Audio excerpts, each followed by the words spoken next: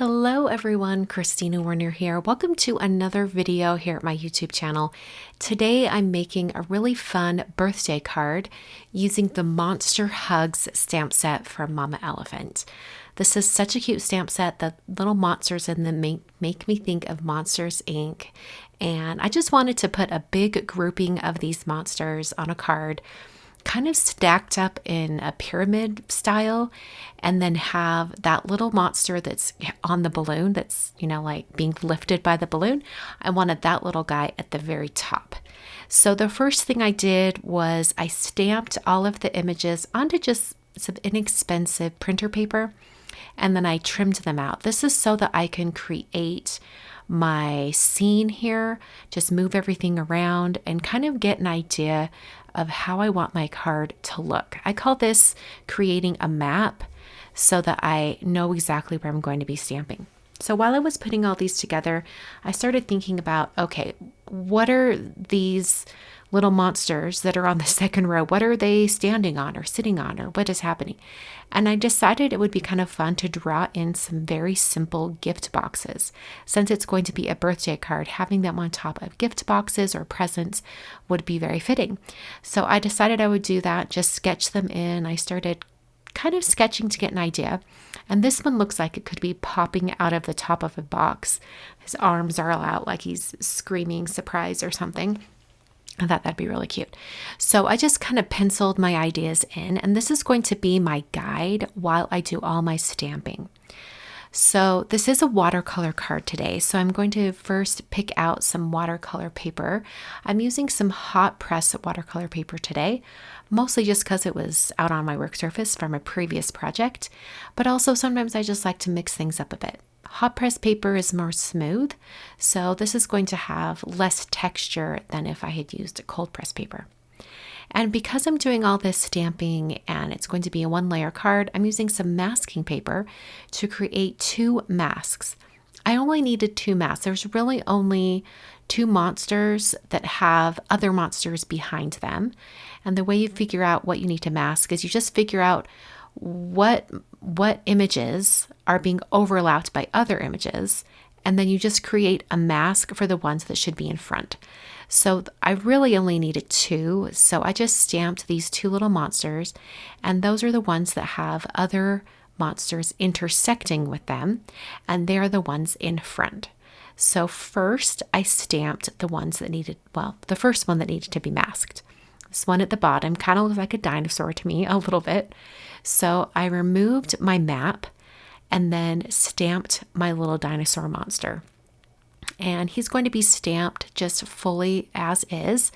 And then I'm going to take that mask that I created, that I stamped and then cut out very carefully, and I'm going to place it directly over top of the image. This is going to make it so that as I stamp those other monsters around him that overlap him, that he won't have any of those lines on the interior of his image. So the next image I went to is this kind of bunny looking one that's holding a star. And I'm going to kind of place that on top of my map, get it positioned on the door of my MISTI, and then remove the map. And then stamping the image. And this time it's going to overlap a little bit of the dinosaur monster. But because I have a mask on top of him, when I take that mask off here at the end of my stamping, I won't have any overlapping lines. I then stamped a couple more monsters, including one that's going to be sitting on a box behind the dinosaur monster. And then for this little guy that's kind of popping out of the box, I needed to mask off a center, right in the front of him. I want him popping out of the box, so I didn't want to stamp the bottom half of him. So I cut off a piece of masking paper and just placed that where I thought it would look best to have him popping out of the box. Then I placed that stamp and then stamped the little monster image. And this is going to make it so only the top half of the monster is stamped.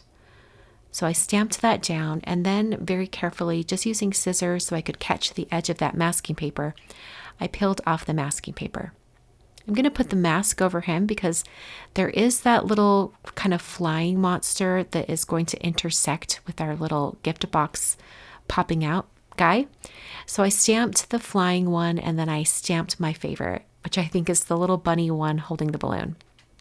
I then removed all of the masks, and you can see that it protected all of the areas inside of those two monsters that I had masked. Makes it so everything looks like it's overlapping and you have a nice grouping of these images. So I'm going to now draw on the boxes. Remember, I'm making them into gift boxes. So I used a T-square ruler just so I could get a straight line. And I first started by drawing the line of the top edge of that box with the monster popping out. I then drew the bottom of the box of the one in front, and then the top of that box as well. He's going to be sitting right on the edge of the box. And I had to kind of extend out on either side of him so that it would be in front of the box that is open with the monster popping out. I then sketched in the other lines. I wanted to make sure it looked a little bit three-dimensional, so I did draw in the line of the back of the box on each one of these. And then I just used my pencil to kind of connect the front and back of the box with the diagonal line. And I did that for both sides on each box. Of course, the left side on the box that's open in the back is behind that other monster, so I only had to really draw in the one side. And then to make them look like gift boxes, I added some strings. On this one, I decided to do just a simple string with a bow. And then for the other box, I'm going to add kind of like a thinner ribbon that's wrapping it. You'll see that I make it into a ribbon here in a moment. But to make it so that I could paint over it, I use this marker or pen that is waterproof. So I'm going to be able to paint over all of my sketch lines or drawn lines, and nothing should smear or smudge or bleed. Okay, so I'm just drawing in that, kind of tracing over everything I've drawn with the pencil. And I did come back in after I had drawn everything with the pen, and I used an eraser just to get rid of any of those lines. So here's where I made that kind of string into a kind of a thinner ribbon so that I could have a little bit more color on this particular box. So I'm going to do a bunch of painting. I'm using my Mijello Mission Gold paints, and after I have it like most everything painted, I'm going to bring in some shimmery metallic paints as well. Those are from Iuile Watercolors, and it is her Christmas set. So I'm going to turn on some music and let you enjoy the painting.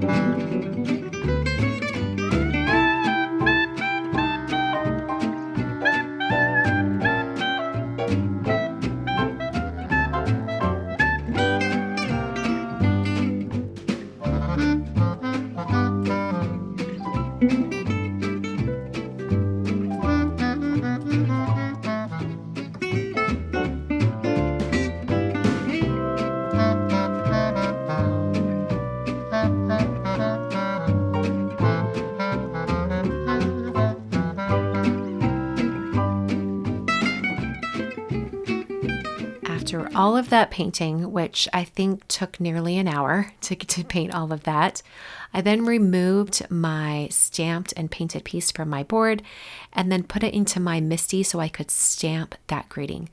I think it's such a cute greeting to go along with all of these monsters, and it's the perfect little line to go right at the bottom. It's very small, it's not too big, it's not encroaching on the design.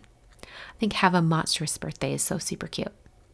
So I then took a 5x7 card base and I adhered my painted piece directly on top.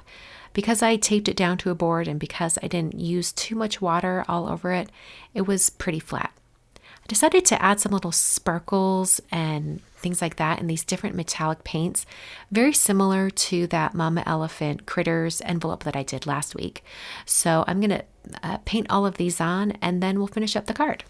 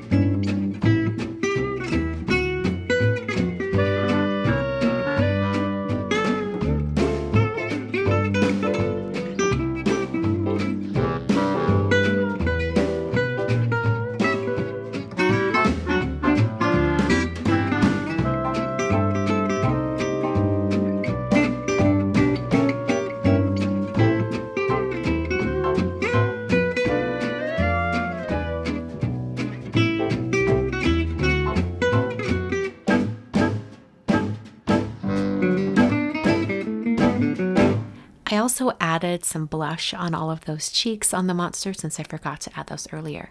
So here's the finished card. I think it's so cute. I like the additional kind of metallic watercolor spots on the balloon and the boxes. I think it looks pretty cute. Thanks so much for watching today. I'll be back on Monday with my regular weekly live stream. Please join me at 6 p.m. Mountain Time on Monday. And then on Wednesday, I'll be back with a live mail call where I'll be opening the mail and showing you cards that a bunch of your fellow card makers have sent me. So I hope you'll see me on Wednesday. That one's going to be at 3 p.m. Mountain Time, so it'll be more in the afternoon. And thanks so much for watching. I'll catch you guys next time.